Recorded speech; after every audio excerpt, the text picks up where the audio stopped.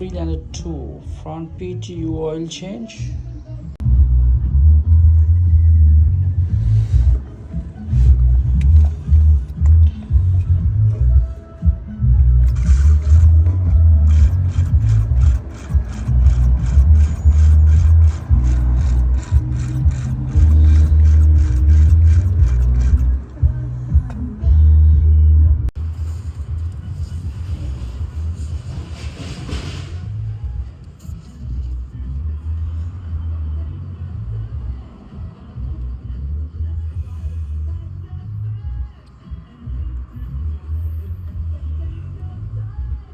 Level is this much, the 500 ml. Once you fill the 700 ml, only thing you need to do is again get rid of it.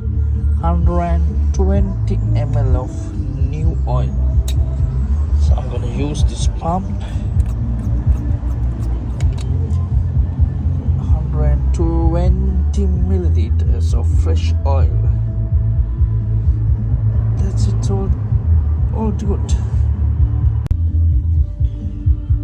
One should drain 120 ml of fresh oil out of the fresh fluid, then you are done.